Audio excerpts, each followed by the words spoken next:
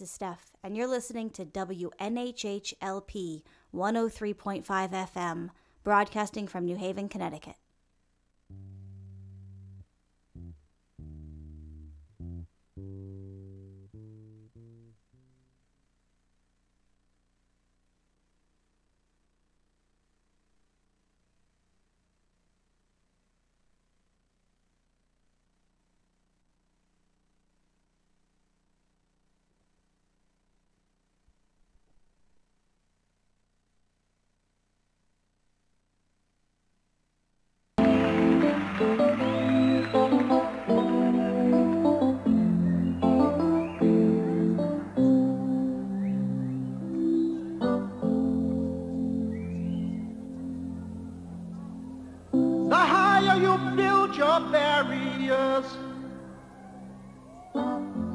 The taller I become, the farther you take my rights away, the faster I will run. You can deny me, you can decide to turn your face away. No matter, 'cause there's something inside so strong. I know that I can make it, though you're doing me wrong, so wrong.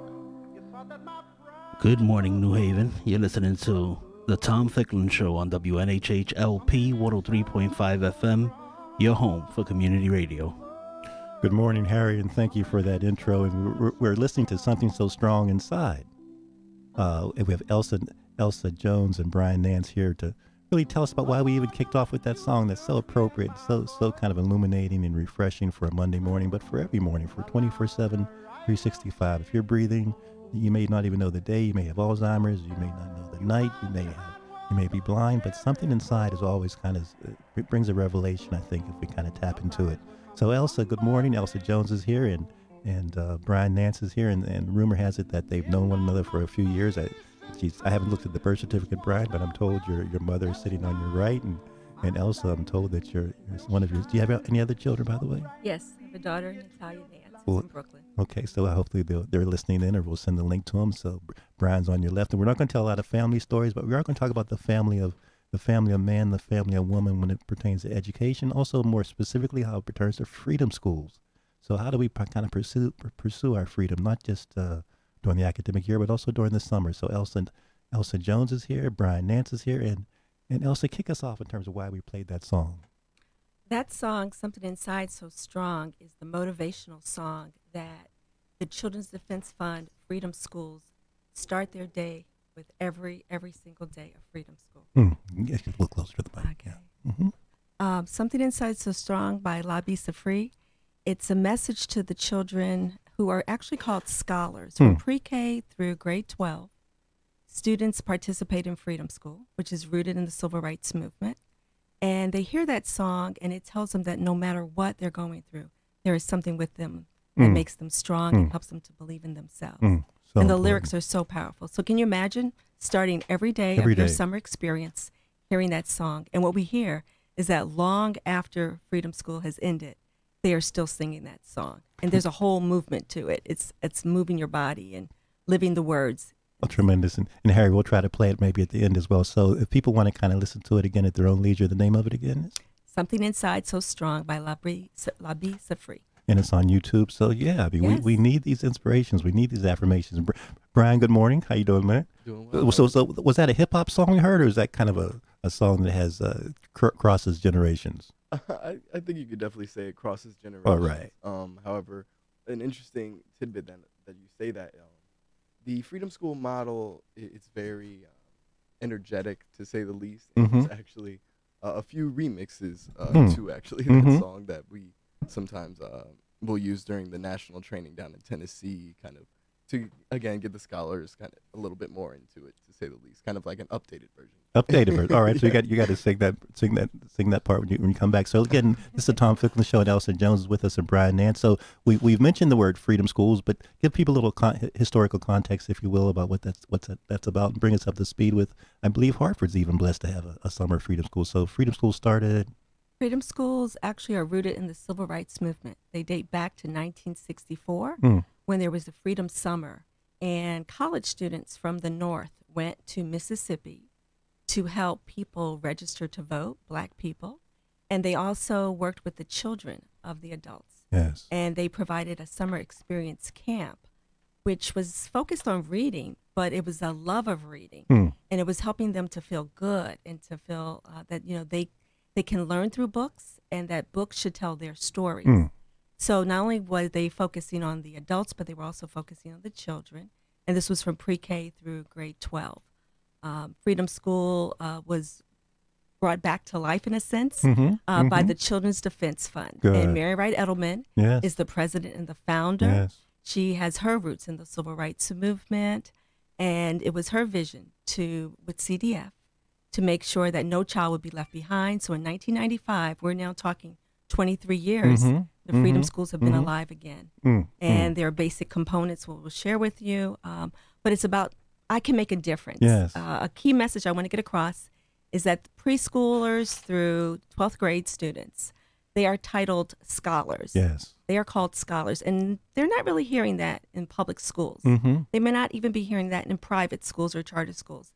So imagine a preschooler hearing you are a scholar at the age of 5 years. Yes. And that you're going to grow with that throughout your life. That's powerful. And you're listening to the Tom Ficklin Show. And again, Elsa and Brian, because of radio, though, we have the benefit of iTunes and Facebook Live, and the show's going to be archived. If someone has to step away or go back to work, even if they want to find out more about freedom schools, what's the best way to do that in terms of either the Hartford branch or the national organization? Yes, the national organization, childrensdefensefund.org, and they can look up Freedom School right there from the menu on the website, Children's Defense Fund. Good. And so Brian, you've been involved to some degree in your young age. I mean, you have more hair than me. I'm not sure that means you're older than me. I'm just okay. We'll forget about that for a second. Mine's a little grayer, the little bit that I have. But you've been involved with freedom schools as well. Yes. This summer will be my third summer involved. My very first summer, I got involved at a Harlem site at the Riverside Church, which is obviously a very historic building as well. That was a great experience. This past summer, summer 2017, I was in Hartford helping. It was the second year with that site, and it was partnered with Catholic Charities and also with the school there. So it was kind of that school program, obviously, as well as Freedom School. Yes. And this year I'm back in New York. I'm at a Brooklyn site, and this is a new program. So it's exciting. That, there's obviously being a new program, there's things that you have to get together, but it's going well so far, and we start on July 5th. So we're looking forward to getting going again. Good. Elsa, so why are we here? Why are we here? Well, we wanted to tell the freedom. Other than to bother me and bother Harry and share the song with us. Well, one, we're privileged and blessed. You invited us to come. I did invite. You did invite us. Hopefully, I did. And that's an honor. It's an honor to be here. That's what you say.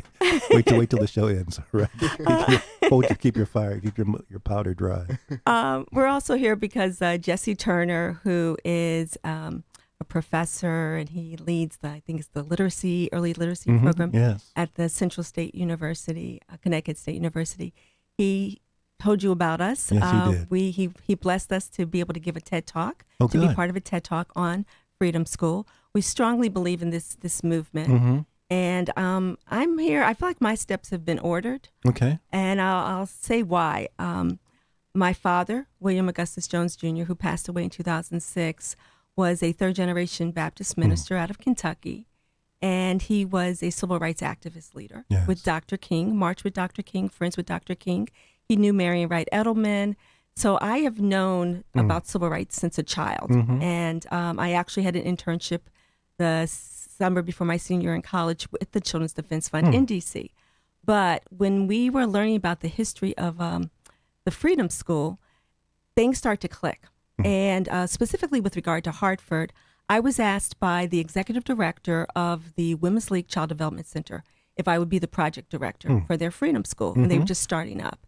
And she really put, Mrs. Rich passed away this year, but was an amazing woman. Freedom School was brought to her, and here's the history. In 2012, when there was the tragedy, the Sandy Hook tragedy, Marion Wright Edelman came to Hartford that January following the Sandy Hook tragedy. And she spoke about making a difference and changing, the world and not letting this happen to children.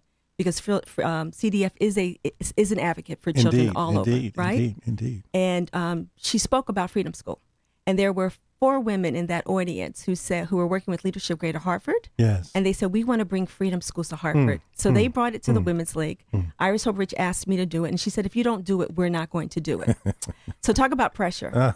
And what I was able to tell Mrs. Rich was that my family has roots in the civil rights movement. And that actually in 1963, through Freedom School, I learned about the Children's March in 1963.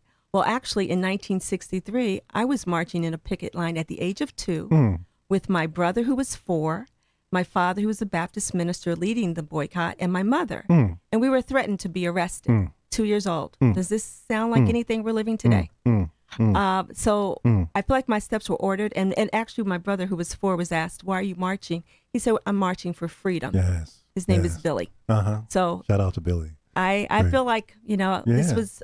There's a pattern of practice here. I was brought to this, and I'm supposed to be here. So we want children all over the country to be able to understand what Freedom School is about. Jesse Turner said there should be 10,000 Freedom Schools. They should be in every city and every state. So we're trying to spread the message for Children's Defense Fund, but also for Hartford, for New York, for Connecticut. We just want to get this message out today. In Hartford, you're operating, and thanks for sharing the personal journey. Just so important for people to understand that their stories kind of evolve, and that if you begin to connect the dots, you can kind of see the next steps that one should take. In Hartford, where are you located? It's the Women's League Child Development Center at 1695 Main Street, and it's called the Big League Women's League Children's Defense Fund Freedom School. A long title. The current executive director of the program is Karen Lott. And she actually was the principal of the Milner Elementary School. Okay, yes. And they have had a Freedom School, as Brian said, Christian Activities Council. They were the sponsor for the Freedom School at Milner, and they are actually going into their 3rd year as well. Excellent. Shout out to one of the former mayors in Hartford, Thurman Milner. So what was the attraction to you? Other than the parental pressure and the legacy, sometimes children will kind of run away from that kind of thing. But it seems to me you've been indoctrinated and baptized and holy rolled and watered. And you couldn't run dumped. from it. I mean, I would definitely say the legacy bit of it, knowing my grandfather and going to his church growing up, and, just seeing obviously that everything that he was a part of, and also, mainly hearing the stories, obviously, because at that point I was, very little or whatnot. But, also just seeing that this program was, it was different than a lot of the other summer programs that I had even taken part in from like a counselor standpoint. During the first year, kind of get into this, but there's a huge training down in Tennessee, as I mentioned prior. We all stay, or I should say all the people getting trained stay on the University of Tennessee Knoxville campus. So it's a very immersive. There's I will say it's long days filled with trainings, filled with speakers coming to talk to us. In years past, we've had Michelle Alexander and Reverend William Barber, just to name a couple. And then obviously all this is led by Marion Wright Edelman, who in and of herself is a great civil rights leader. And really just being down there and, again, knowing that this program was, not just recreation. That is a part of the component. We'll kind of delve into that, but the first part of Freedom School is definitely curriculum-based, and it helps, again, these scholars fall in love with reading and kind of fall in love with just learning and kind of being more inceptive and definitely just kind of branching out a little bit more so than they might receive in regular schooling. And then also, again, just seeing they have the stats to prove it, but seeing that these scholars actually, do better on standardized reading or tests, and just doing better with their reading levels. Able to relevant stories, right? Exactly, pertinent to our history and culture, without a doubt. And so I had been a part of other nonprofit organizations in internship capacity, but this one it was something that kind of clicked. Meeting with again, being down at that training, meeting all the people aside from just the speakers. There's over, I mean, I think the number is about 2,500 to 3,000 people that will be down at that training all at once. And obviously, or I shouldn't say obviously, but most of these people are, on that same track of, trying to make a difference. Yeah, a national movement, absolutely. Exactly. You brought the stats that you referenced, do they pertain to what Brian was mentioning? Yes. Okay. So Brian, thank you for that. I think since, let me see if I can find it real quick.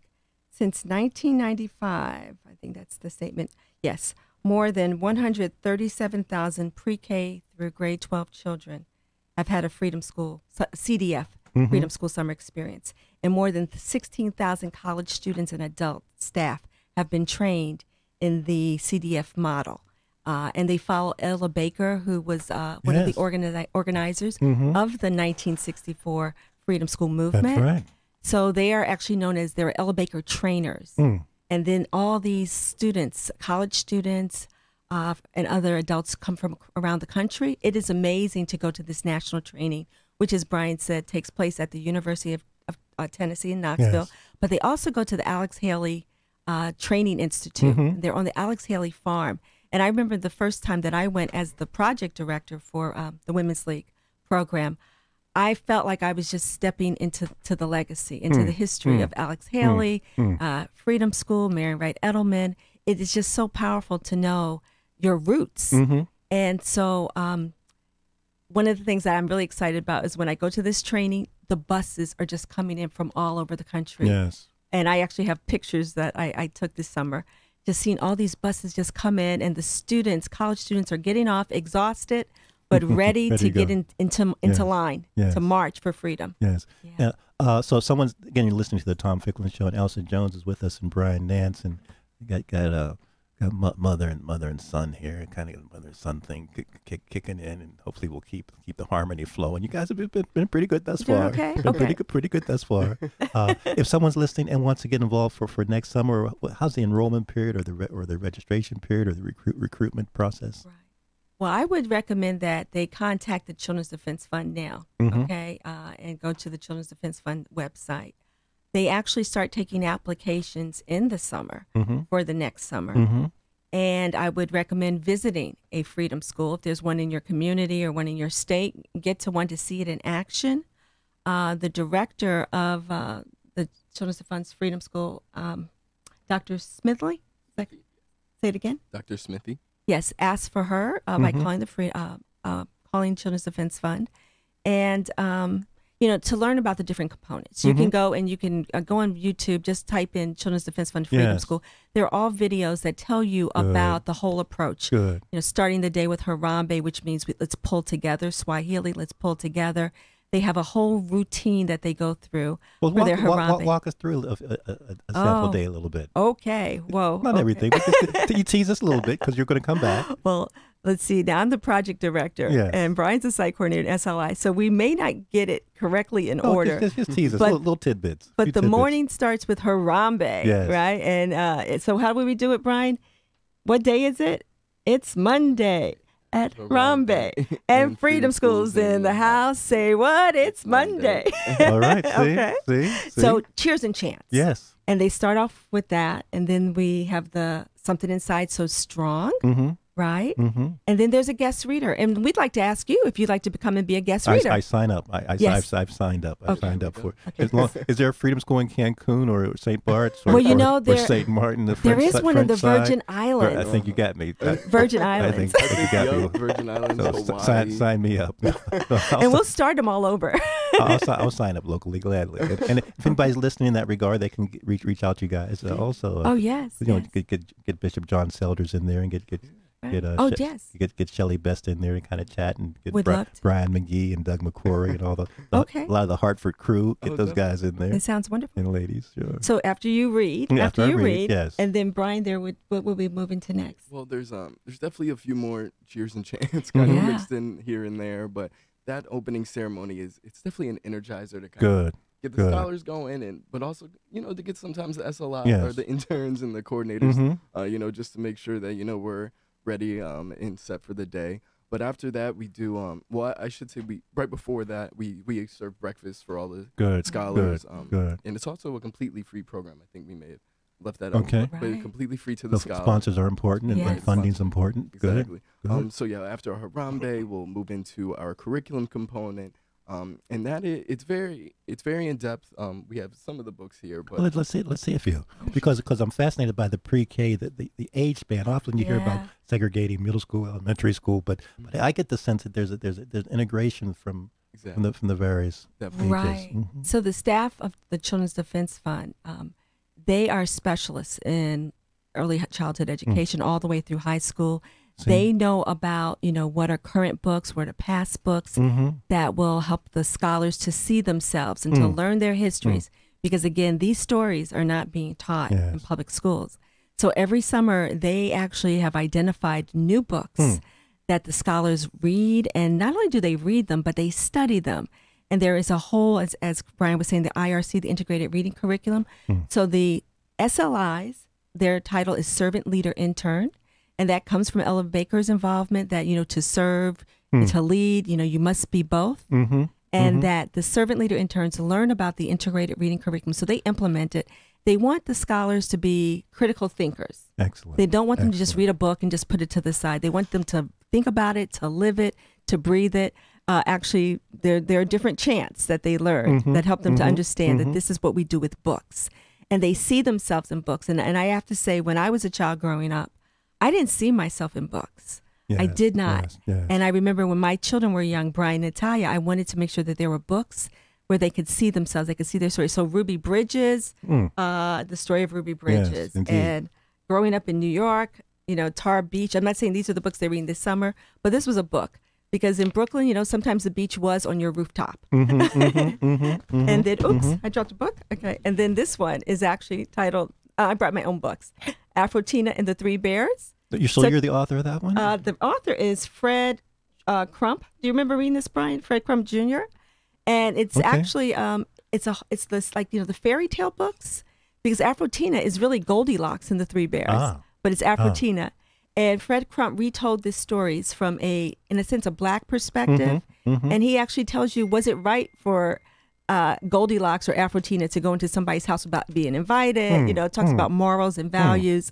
And when you break someone's furniture, you have to repair it. So I had this book and the whole series for my own children. But Freedom School, again, they make sure that scholars see themselves in books, that they, some scholars come to us and they don't want to read. And we want them to love reading. Right, Brian? Yeah. Tremendous. Thank you. I'm thinking that definitely Lindsay Curtis from the Connecticut Missionary Baptist Convention and some other ministerial friends, but you don't have to necessarily have a theological or religious kind of interest to start a school. No, you so don't. how widespread might? So it's very widespread. There are universities that have started freedom schools. There are, as we said, the Christian Activities Council, but in Connecticut, it's the Women's League Child Development Center. There are actually freedom schools in the juvenile, right? Detention. Oh, programs. So the application is definitely widespread. Yes. So you could go on the website, get the application, talk with the Freedom School staff, and they will tell you about the variety of sponsors. And I do believe that like the average cost to start a Freedom School is around $65,000. I could check that, but that's my understanding. So, yeah. And that's for 50 scholars. Indeed. 50 scholars. Because they and asked five. even free, we want to be free. So that's Yes. for the scholars. I love that kind of category and that name for scholars. Not to brainwash people, but it's so important for us to kind of have an identity and have words that kind of inspire rather than degrade. So really key. Yeah. What's keeping you going? Because I mean, you referenced earlier in the show your family history and the journey, and you could just become a Zumba instructor. You are a Zumba instructor. Do that or be a model. So you're still kind of energized and enthusiastic about this quest. I'm very energized. I've been an early childhood consultant for 33 years. I actually am the chair of the early childhood education, child studies programs at Post University. And so, and I continue to be engaged in all kinds of consulting Fascinating. projects. Good. And what keeps me most inspired is that I truly believe my parents were my first teachers and advocates, and I'm still Brian and Natalia's first teacher and advocate. And the fact that I now see Brian doing this work, it's amazing. We are, in a sense, 6 generations strong doing this. That's the key. That's the key. Yeah. And Brian, you're graduated undergrad from Trinity. Yep. And now you're pursuing your graduate degree, your master's in public policy. And Yes, so sir. tell us a little bit about that, because when I got to tell you, Elsa, at my young age, when I think of public policy, and then I think of what's going on in D.C., there's a disconnect, or maybe it's a new opportunity for us to make a connection that's never existed. So I'm curious about your perception about public policy and what that means moving forward. Sure. I mean, to be honest, when I first declared as a public policy major, during like my sophomore year, I had really no idea, to be honest, what this would fully all entail. But kind of looking into it, I realized exactly, again, what policy was and how many different aspects of it, and just how big of a world it was. And it definitely led me to take part in different internships. In Washington, D.C., I was able to intern with the Earth Day Network and also the Surface Transportation Board. So kind of seeing policy from different angles. I also, my father's family is from Ohio, so I've done some more political policy as work in that realm.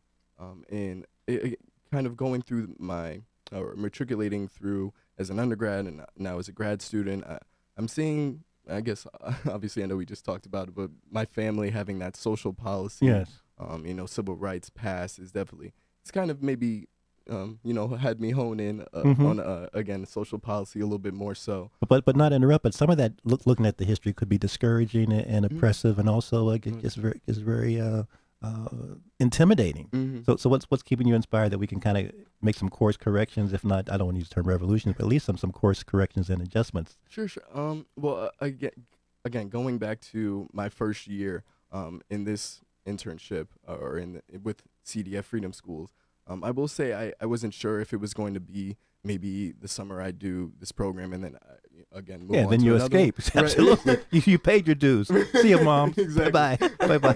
Catch up with you later. Get back. And there were I will say there's some people that kind of fall out because it is demanding. Yes, definitely demanding. But seeing other people coming back and hearing the stories and hearing again Michelle Alexander, William Barber, Mary Red Edelman tell their stories. And also down there, I mean, again, it's very immersive. We watch videos from, again, various eras, MLK, Malcolm X.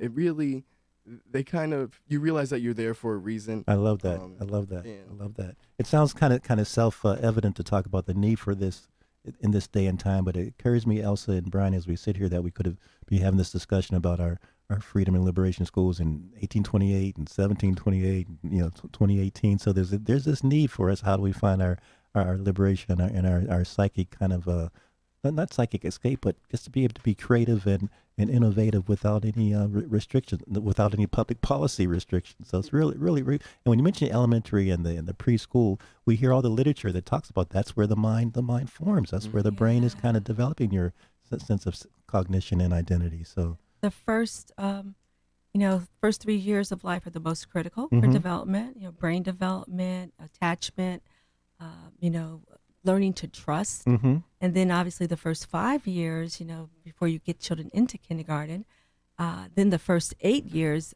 children must be able to enjoy reading and so that they can learn to read.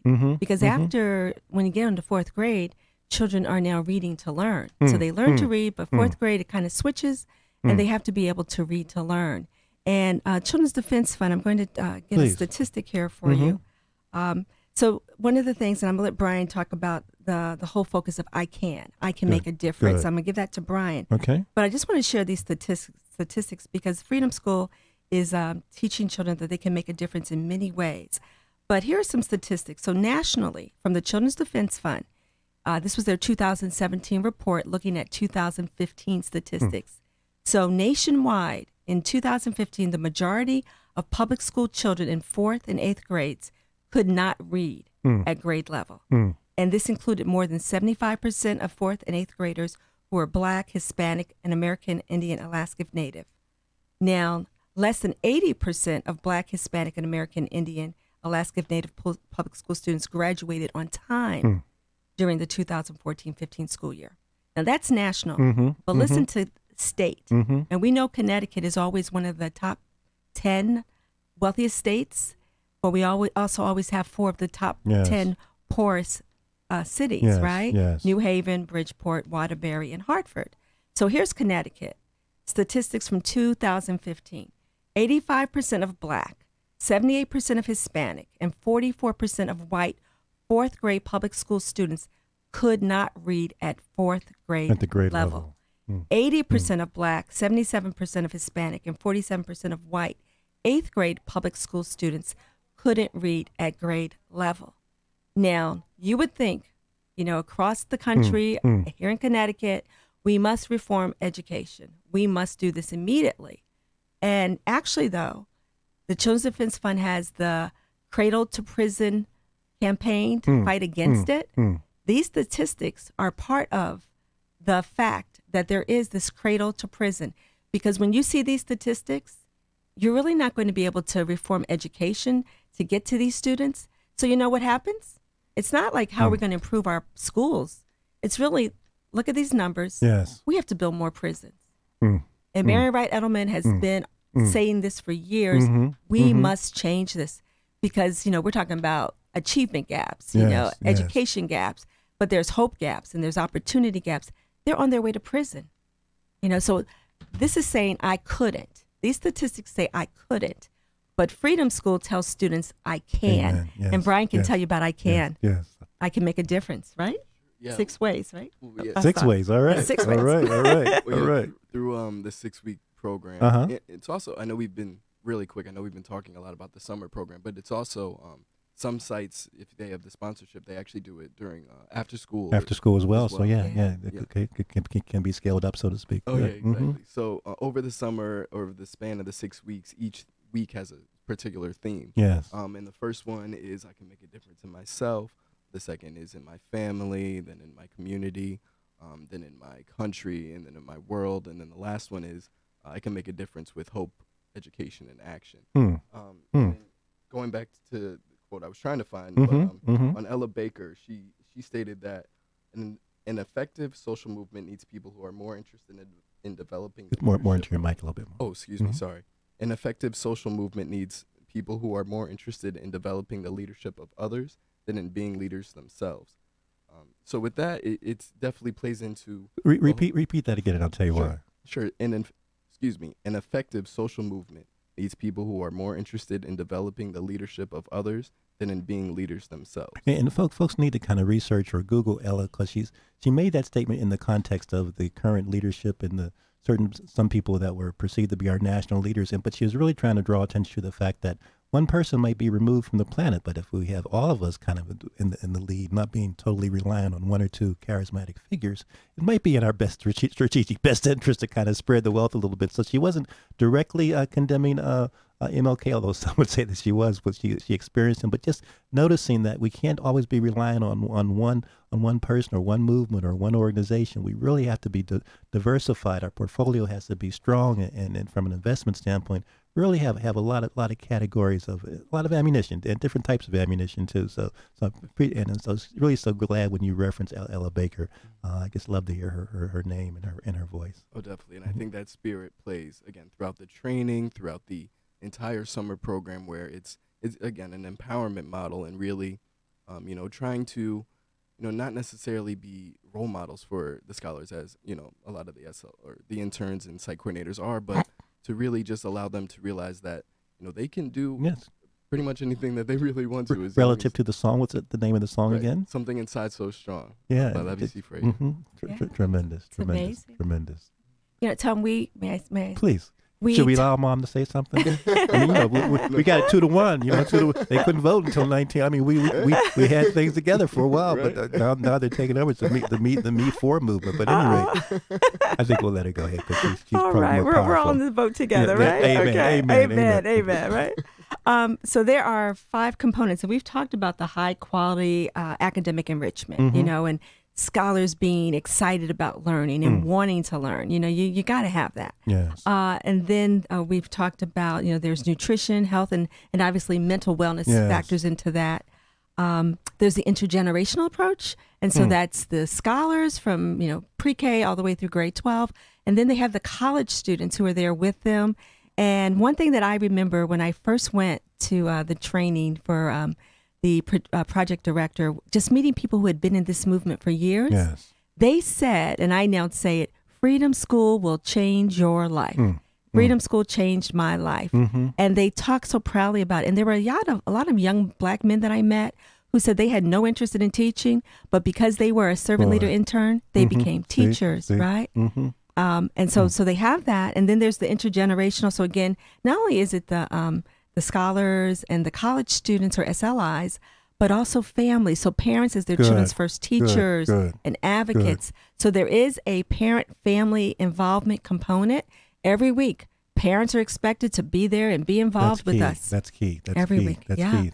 Because I wondered about that, and we hear so much during the summertime where you can slip if you're not engaged, and just your reading, your grade level, your reading level kind of goes down, and have this kind of full-fledged summer experience, and then to hear about the after-school program component. Marion Wright Edelman, please just Google Marion Wright. I mean, you mentioned the Children's Defense Fund and the Freedom Schools, and we had the Black Children's Crusade that was kind of really rampant for a while. So we have these various names, and whatever you want to call it, we know we got to keep our eyes on the prize and kind of manifested it in our daily activities. Exactly. Elsa, you brought a few notes as well. Anything else you have down there? Well, I want Brian maybe to help me with this. Okay. So the fifth component is about social action and civic engagement. So can you imagine pre-K through grade 12? They are learning about how to be social activists, how to really get involved in their community and make a difference. And so this summer, as well as 2 summer goes, because in 2016, that was an election year. Yes. And now we have the 2018 election year. When we were at the national training, Marion Wright Edelman spoke the last day. They had their graduation. The SLIs have this graduation. For a whole week, they've been there working like 16-hour days, learning the curriculum, learning how to motivate, learning the chants and all this. And you can actually go on YouTube and see the videos of their training. But Marion Wright Edelman, one of the charges that she gave us was, SLIs, go back to your cities, go back to your states, and you tell the scholars to go out and tell their moms, their dads, their grandparents, aunts, uncles, everybody in their community, go register to vote and vote. Yes. So that is our social justice action this summer, voting. You want to talk about that? And again, going off of that, it's definitely a high focus on, again, making a difference in your community and yourself. And this year it is voting, and it'll be fun. I know last year, or excuse me, 2 years ago, we had set up like some tables in the community and had, the young kindergartners, just saying, "Have you registered to vote?" So important. Yes, right. Yes, having the resources, allowing people to again find out if they're registered to vote and quickly be able to do so, figure out where that area is. And while this is it's a high focus on, again, making a difference in social action, and social policies, it's also a lot of fun. I'd mentioned there's cheers and chants, and there's various there's ones to go with anything. When you come in to be a reader, be careful if you say good morning, because Should we tell them? You might get a pretty long chant after Excellent. And in the afternoons, we do have the curriculum again in the morning, but during the lunchtime, or I should say after lunchtime, in the afternoon, there's a lot of different activities that people will take part in. Our freedom schools and the ones that I've been a part of have mainly been, maybe taking part in some STEAM activities, maybe even going out to the park, going out on kind of So like you mentioned wilderness walk. So you mentioned the STEAM. So whether we might not have to use the word artificial intelligence or coding, et cetera, but there's an awareness that this new revolution from an educational standpoint is going to impact us like crazy. Definitely. And then, aside from field trips as well, depending on how big the sponsor's budget is, those can be very expansive as well. But it's unique to each freedom school. I actually, down in training a couple weeks ago, I met a sponsor organization where they're all centered around the student athletes. So all of their scholars play obviously a different sport, whether it's swimming, basketball, or whatever it may be. So they get that curriculum that they need to stay on top of what they need to stay on top of during the summer months, obviously when school is not in session. And then they're still having fun. They're still doing having fun in recreational ways. Playing board games again, doing STEAM activities, learning how to code. And that's really the name of the game. It's learning, but learning or finding out that learning can be fun. Yes, and indeed, kind of indeed. activating that. Indeed. So one of the things we talk about at the Women's League, as Freedom School is coming to a close, usually in the last maybe the last couple of weeks, those parent sessions, we're talking about how they're going to help transition their scholars back into public schools because they're going to come in with all this energy. They're going to come in singing cheers and chants, and they might get a wall that's like you don't do that here, And so one of the things that we did, and I actually, I thought I had it right here. I was a Head Start center director and lead teacher. That was my first job out of grad school. And I truly believe in Head Start. And Marion Wright Edelman was actually involved in Head Start when it first started, which was supposed to be a summer project and has lasted all these years, right? And one of the things that we had from Head Start is it says, who is this child? And it's this document that parents would be asked to fill out. So we just adapted it for our Freedom School, and it says, who is this scholar? And we ask families to fill this out and give it to the receiving teacher when they go back to their public schools. But actually this year, for our Women's League Freedom School, Brian, I'll share it with yours if you want it. We actually asked the parents when they came for the family information meeting, before they even register their scholars, we gave it to them and we said, can you fill this out now? Who is this scholar? What are your hopes and dreams for your scholar? How do you, how can we best serve your scholar? Who is important to your scholar in her life? And what are your scholar's gifts and strengths? And we want to start off the Freedom Summer with them, knowing who is your scholar. Again, it puts it in the hands of the families to tell their children's stories. And that's how they introduce their scholars to us. Perfect. Yeah. That's perfect. I love that as you say, with the parent being the first teacher and the 24/7 365 teacher. Again, you're listening to the Tom Ficklin Show, and Elsa Jones and Brian Nance are with us. Elsa, folks can find out about Freedom Schools and their involvement and sponsorships and investing and making contributions either personally or financially. How can they kind of track you guys down and explore it? Well, we would love to talk with you more. And first, the main place to go is to the Children's Defense Fund. Okay, so Mary Wright Edelman, and then there's the director, Dr. Smithy, right? So that's where I would say go if they're interested in starting a Freedom School. But if they want to get in touch with us, I'll be glad to give my email address. And it means be present today. Live in the moment. So it's BPRSNT, the numeral 2, and the word day. So be present today. Be present today at AOL.com. Tremendous. Because we're in Hartford, but as far as nowhere else in Connecticut, so just Hartford right now. We got to come on. We got to get on board here. Waterbury and New Haven and Bridgeport and Stanford. We have to do this. And Brian, you can be reached, right? Yeah. Also, my Gmail address is bnance, NANCE. The number's 248@gmail. That's important. But yes, you can definitely find out where maybe the closest one is to you. There's New York has a decent amount. I will say currently the biggest or the states with the most number of sites are Charlotte and also out in California. So the East Coast, we're stepping it up. We've got to step it up. And again, we have so many friends nationwide just to kind of spread the word. And exactly. It's so key. Have you noticed the difference between the Brooklyn site and the Hartford site? Is it from a logistical standpoint, or the sponsoring organization? What kind of influences do you think the vibe and the theme of the two sites? No, that's a good question. I will say, excuse me, my Harlem site, it was a bit different just being at the Riverside Church, and also it is different, I guess, subsets of scholars or adolescents that you're working with.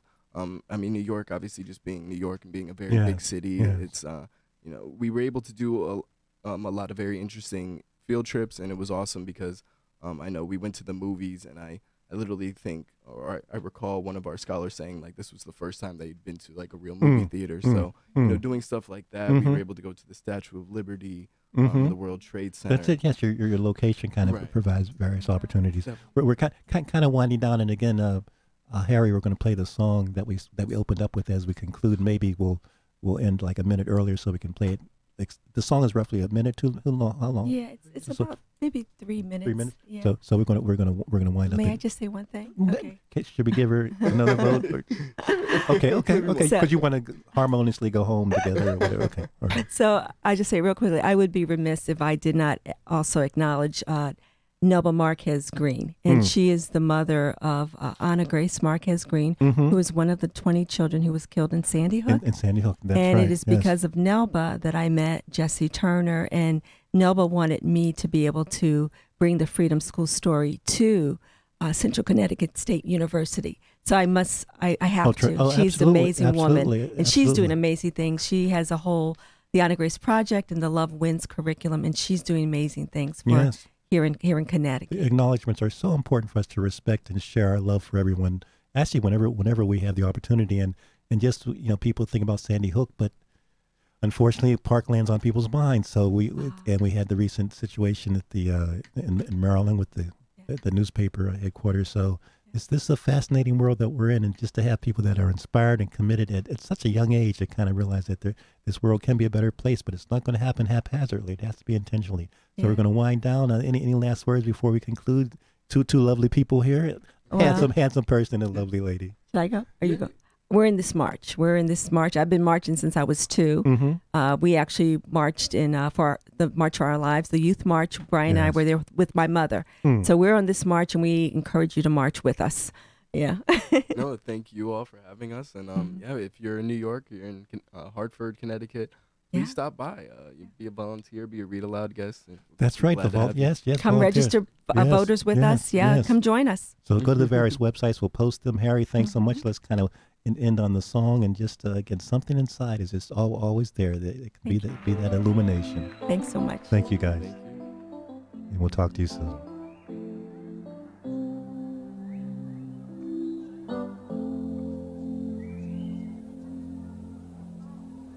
The higher you build your barriers, the taller I become. The farther you take my rights away, the faster I will run. You can deny me, you can decide to turn your face away. You can deny no matter, you can decide to turn something inside so strong. I know that I can make it, though you're doing me wrong, so wrong. You thought that my pride was gone. Oh no, I know that I can make it. There's something inside so strong. Oh, something inside so strong.